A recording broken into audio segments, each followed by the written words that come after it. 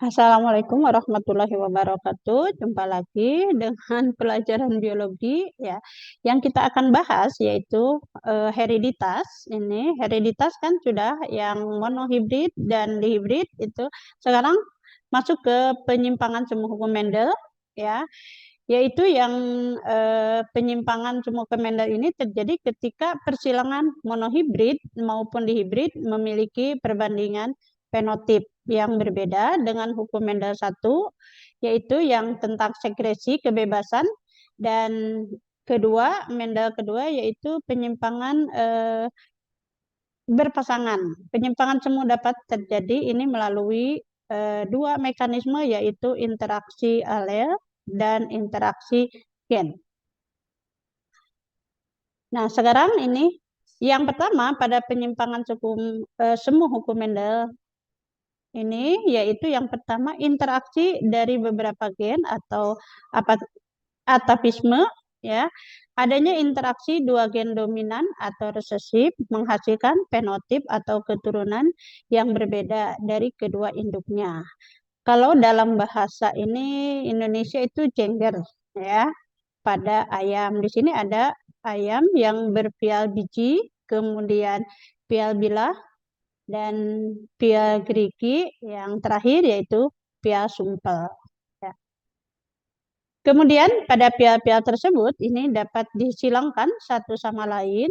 Yang pertama, ayam berpial gerigi galur murni ya dikawinkan dengan ayam berpial bilah. F1 100% berpial gerigi dan F2 terdiri dari 75% berpial gerigi dan 25% bilah. Berarti pial gerigi dominan terhadap pial bilah. Yang kedua, ayam yang berpial biji galur murni ini dikawinkan dengan ayam berpial bilah. F1 100% ini berpial biji dan F2 terdiri atas 75% berpial biji dan 25% bilah.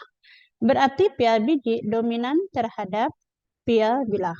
Nah, yang ketiga, ayam berpial gerigi galur murni ini dikawinkan dengan ayam berpial biji galur murni. 100% F1-nya berpial sumpel atau walnut. Jadi sifat pialnya berbeda dengan induk jantan maupun induk betina. F2 diperoleh 4 macam fenotip. Pial sumpel, pial gerigi, pial biji, dan pial bilah. Maka perbandingannya 9 berbanding 3, berbanding 3, dan berbanding 1. Nah, yang kedua ini polimeri ya. Polimeri ini sifatnya yang muncul pada persilangan heterozigot. Ini disebabkan terdapatnya 2 atau lebih gen yang menempati lokus yang berbeda, tetapi memiliki sifat yang sama.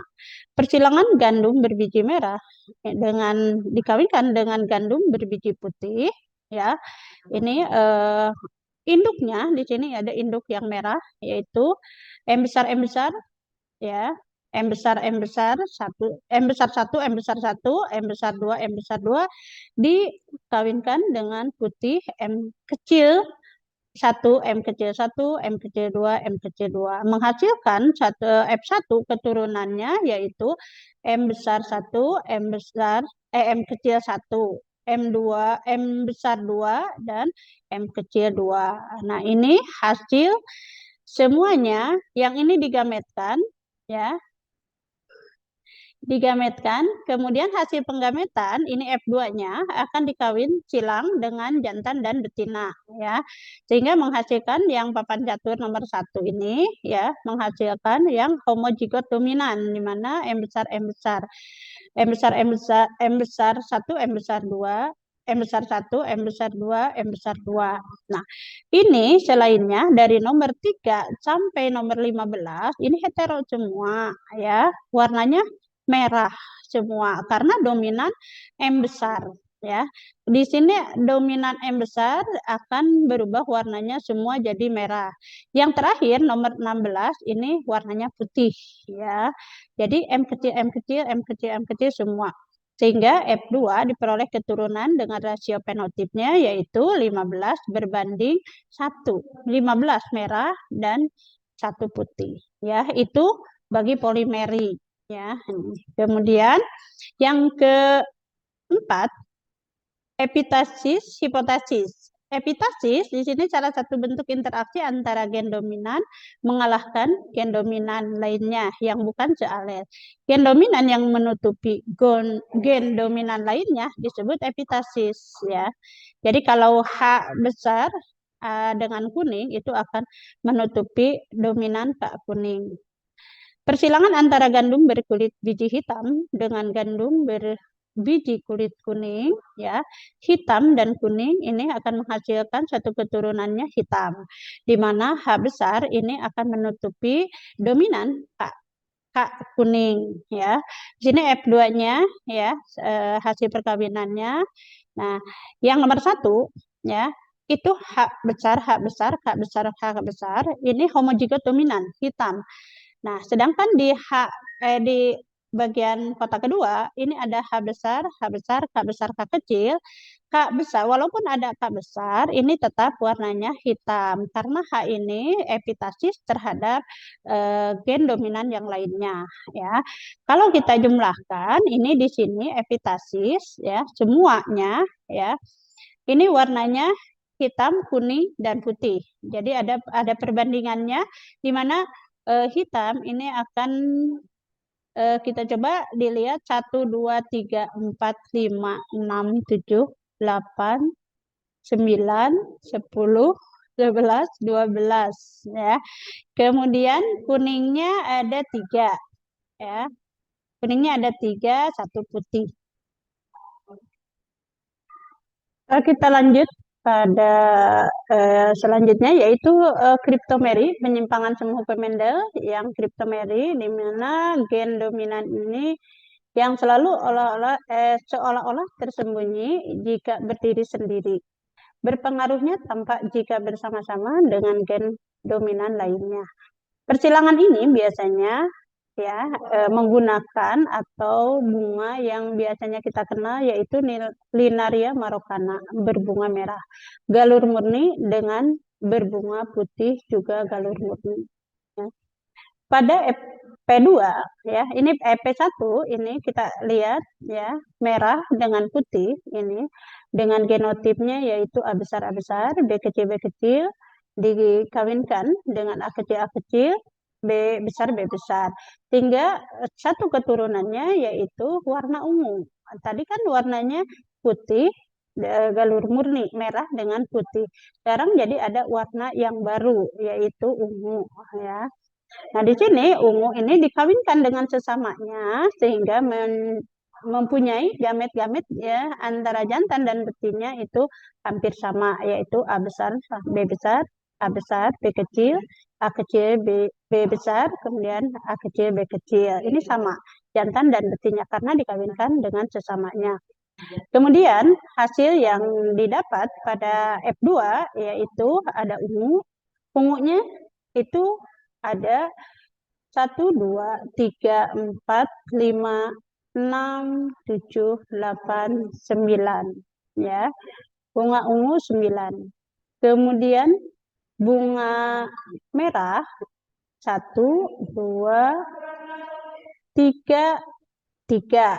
Berarti 9 berbanding 3. Nah, kemudian yang putih 4. Ya. Jadi kriptomeri biasanya perbandingannya 9 berbanding 3 dan 9 berbanding 3 berbanding 4. Ya. Nah, terakhir gen komplementer ini ada gen komplementer ya ini perbandingannya kalau nggak salah 9 berbanding 7 ya. Gen ini yang berinteraksi dan saling melengkapi jika salah satu gen tidak hadir maka pemunculan suatu karakter akan terhalang atau tidak sempurna ya. Di sini contohnya pigmen pada bunga Lathyrus adoratus ya. Ada 2 gen yang berinteraksi dalam menumbuhkan pigmen, yaitu gen C besar, menyebabkan timbulnya bahan mentah pigmen.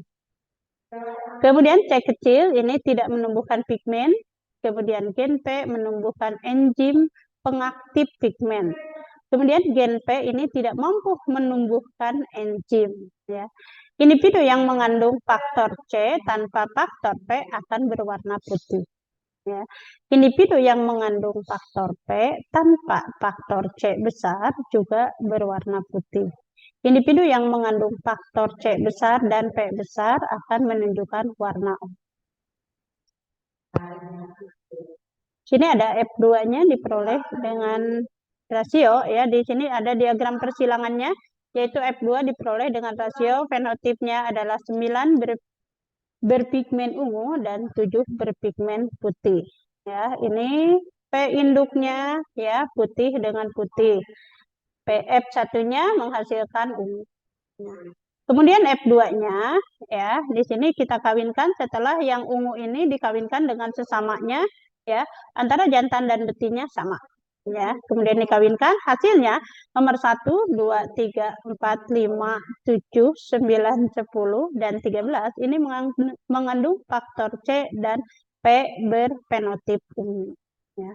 Sedangkan nomor 6 dan 8, 14 ini mengandung C tanpa P berfenotip putih. Cukup sekian. Terima kasih. Assalamualaikum warahmatullahi wabarakatuh.